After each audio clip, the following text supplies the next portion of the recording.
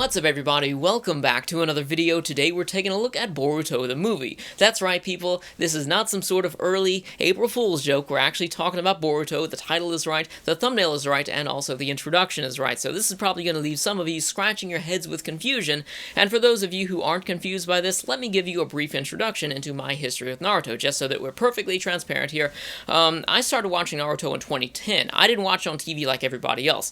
I started in 2010, and I actually enjoyed the original series of Naruto. In fact, I liked it more than Shippuden, simply because I enjoyed the variety of characters that we had in the original series, and how we got to learn about all of these side characters and everything, and about their past and their struggles, and basically who they are. I really enjoyed that. I enjoyed seeing that these characters were struggling to learn the moves that they did, and then they would work together and use these moves in conjunction as a three-man team to fight against their enemy. Plus, I also enjoyed that they were doing all of these small missions around the world, so it was kind of like this adventure, and I felt like that adventure aspect was lost in Shippuden. I felt like the three-man team bit was lost as well, and I also felt like they mostly focused on just the major characters within the story, and a lot of the side characters really were pushed aside in light of new characters. So I just enjoyed the original series more than Shippuden, and the reason why I stopped watching Naruto, by the way, I did stop watching it. I haven't completed the series. I stopped watching it around the introduction of Ginkaku and Kinkaku, only because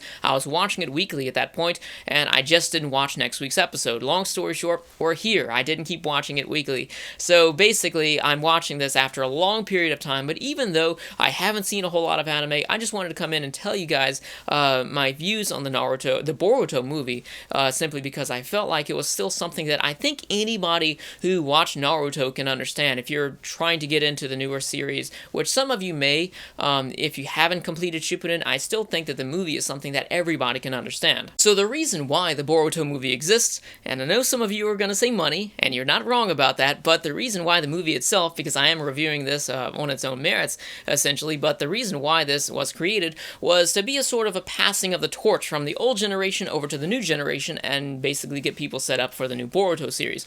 Now, it's kind of surreal seeing that so many of the characters that we knew from the original series are actually adults now, and they all had kids, because I remember in the earlier days of the community, people would get in these serious shipping wars between the characters, so I know some people are probably happy about this, and other people are seriously butthurt about some of this stuff, I'm sure, because people took that stuff very, very seriously. Like, I could make a video alone on the arguments that I've been a fly on the wall to about some of this stuff, but that's besides the point here. So the times have actually changed a lot. Aside from the kids, we see Naruto sitting here as an adult at his Hokage's desk, which, by the way, I don't want to hear any complaints about spoilers, because you can look at the DVD cover and see that Naruto is the Hokage here, so it's not a spoiler anymore. Everybody knows that, but he's sitting at his desk typing away at a computer, and I always wonder how they get electricity in this series. Is it actually electricity, or do they use some sort of chakra? I don't know. But aside from that, we also see that there's this device that some people can wear on their wrist that is these ninja scrolls, and people will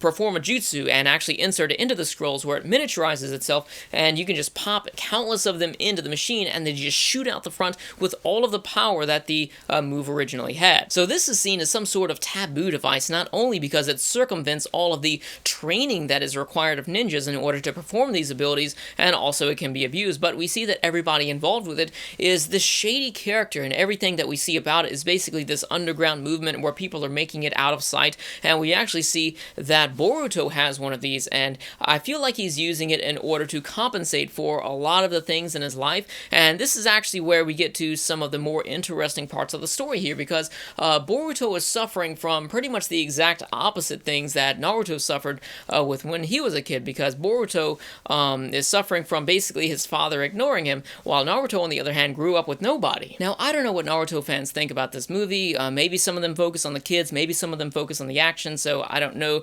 what's intended to be in the forefront of this movie, but for me, the star of the show was easily Naruto, and seeing his interaction with his son Boruto, because we remember back in the past, Naruto really didn't have a family growing up. They were all dead, so he kind of grew up alone, and he never had a father figure, so now that he is a father, that adds an extra level of difficulty for him, because first of all, he's the Hokage, and he's basically inundated with an endless amount of work, like all the papers and everything we see in his office, so he doesn't have a whole lot of time to spend with his family, so whenever he does have time to spend with them, he just doesn't know what to say. Like when he was giving the pep talk to Boruto before one of the finals of the Chunin exams, and he said something along the lines of, "It's one of the most important things," which really took me back to remembering how much trouble Naruto had in his childhood and going through all of this alone. And now we see that Boruto has all of this support, and he is kind of squandering it because he's cheating, and that becomes a big issue as well.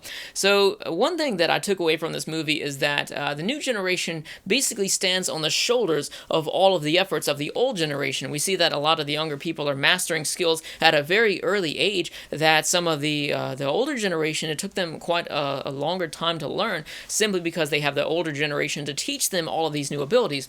And I also enjoyed seeing how Sasuke would teach Boruto some of these moves. Like, say for example, he would help him with his Rasengan, which we learned that his Rasengan has a unique ability of its own where it kind of like disappears. But the most enjoyable thing from the training lessons between Sasuke and also Boruto is that Sasuke was basically telling him that, your father wasn't a very strong man when he was young. In fact, he was just one of the weakest people that he knew.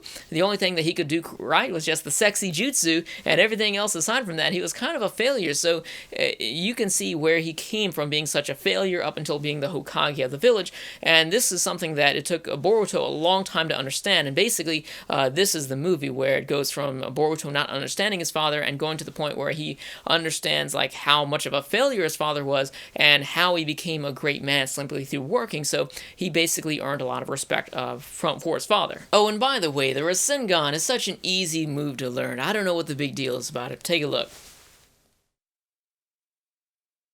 If nothing's gonna happen, this is gonna be kind of embarrassing.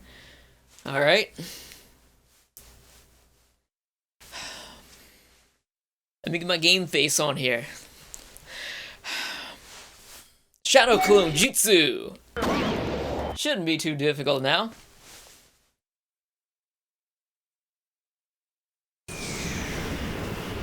Alright. Whoa. You guys can stop now. Come on. We're gonna blow something up here. Now, as far as the movie's conflict is concerned, this is a Naruto movie, so we know there's going to be all sorts of crazy-ass fights here, and that's basically what we get. We see that there are two villains going around, and it appears that they are trying to steal the chakra of the tailed beast within inside of the people that actually hold him, like Killer Bee. We saw him, and he didn't fare too well against these guys, and of course they're going to come after Naruto last, because he is, of course, the strongest and has the nine-tailed beast within inside of him, and as they come down, they just wreck everything around them, and this is something that, to me, it makes me feel like, okay, they finally reached the point where they're at Dragon Ball Z, because for me, in the original Naruto series, I saw that it was like teamwork and people had special powers, but it was also paired with their ability to fight somebody with their shurikens or hand-to-hand combat, basically, but in Shippuden, it was more like they were using special powers, and we were kind of making the joke as like ninjas with Dragon Ball Z powers, but it wasn't quite at that level yet. It's now at that level. We had spirit bomb sizes of like black chakra bombs, like everybody was just having these massive balls of chakra over their head, like we had the villains that did that, and then we also had, of course, the movie was finished off with Naruto charging up Boruto's chakra until it got to that point.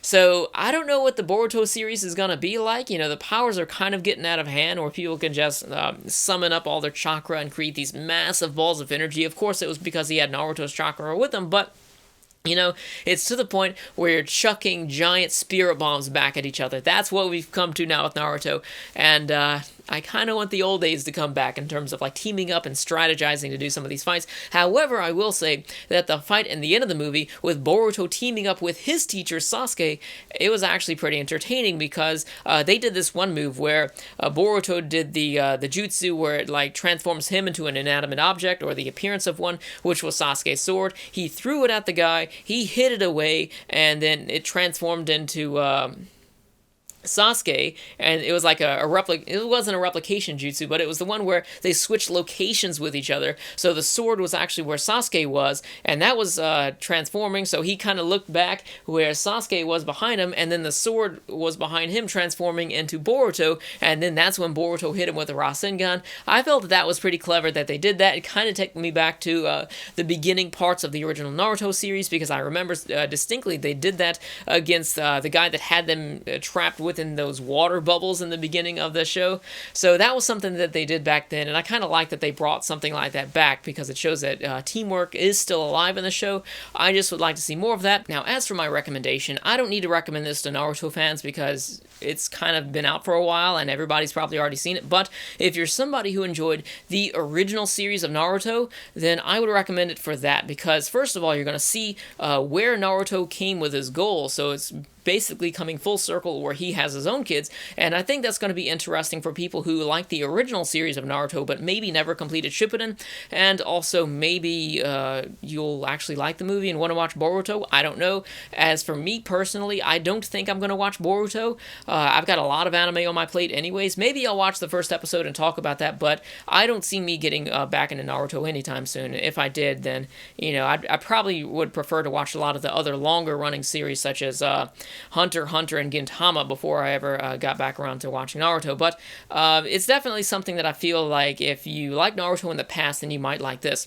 So anyways, I wanted to say if you enjoyed the review, let me know your thoughts about it in the comments section below. Be sure to subscribe, and also if you'd like to support the channel, check out the Patreon as well, where we have all sorts of bonus things going on there, like early videos, not Patreon, but we have Discord chats and all sorts of cool stuff, so go ahead and check that out. Thanks for watching, and I'll see you guys next time.